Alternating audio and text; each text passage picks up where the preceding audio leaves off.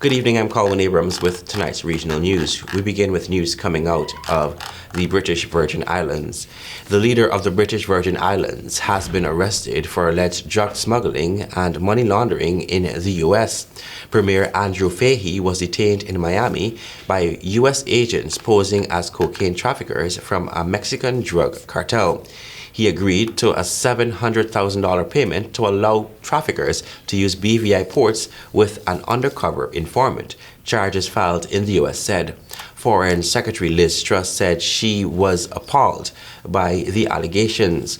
Mr. Fahey, the elected head of government of the British Overseas Territory, was arrested by U.S. Drug Enforcement Agency officials in Florida alongside senior BVI port official Olivine Maynard.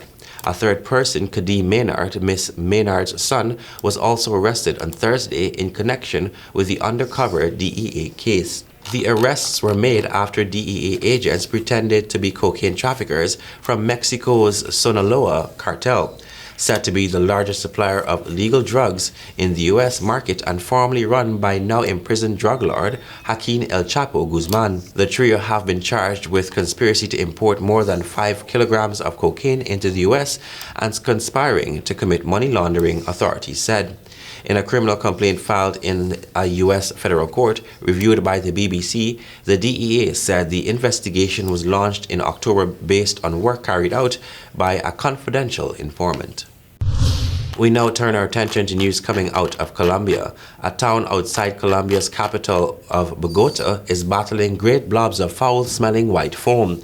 It is thought that detergents dumped in the local rivers are generating the froth which drifts through the air, clumping and clinging to buildings in Mosquera. One resident said, "The smell is terrible. We have had to put up with the smell for a long time. And now with the big foam, we are afraid that we will be in danger. God forbid someone falls in there. We won't be able to find them," Miss Louise Morela Diaz told AFP News Agency.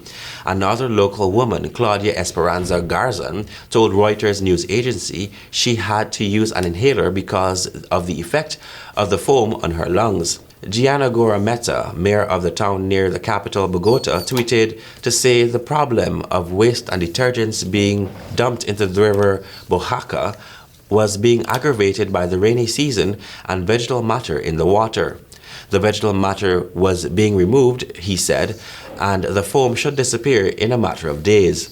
The fear was that the foam might be toxic, but Mayor Gorameta added that a study had found no effect on public health. And finally, we turn our attention to Haiti.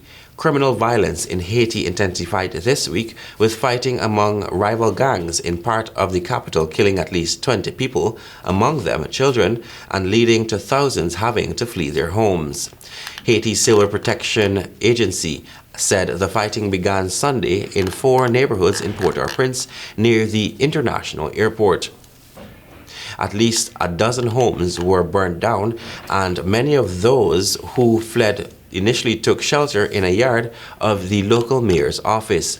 The eruption comes amid a spike in violence and kidnapping as gangs grow more powerful and seek to control more territory amid the power vacuum following the July 7, 2021 assassination of President Jovenel Moïse. The situation has angered and frustrated many Haitians who are demanding action from Prime Minister Ariel Henry's administration, which is receiving international help to boost an underfunded and understaffed police force. Henry's term in office expired on February 7, but no date has been set for elections amid political deadlock over how and when the vote should be had. A family of 8, including 6 children, were among those killed since Sunday, authorities said on Wednesday.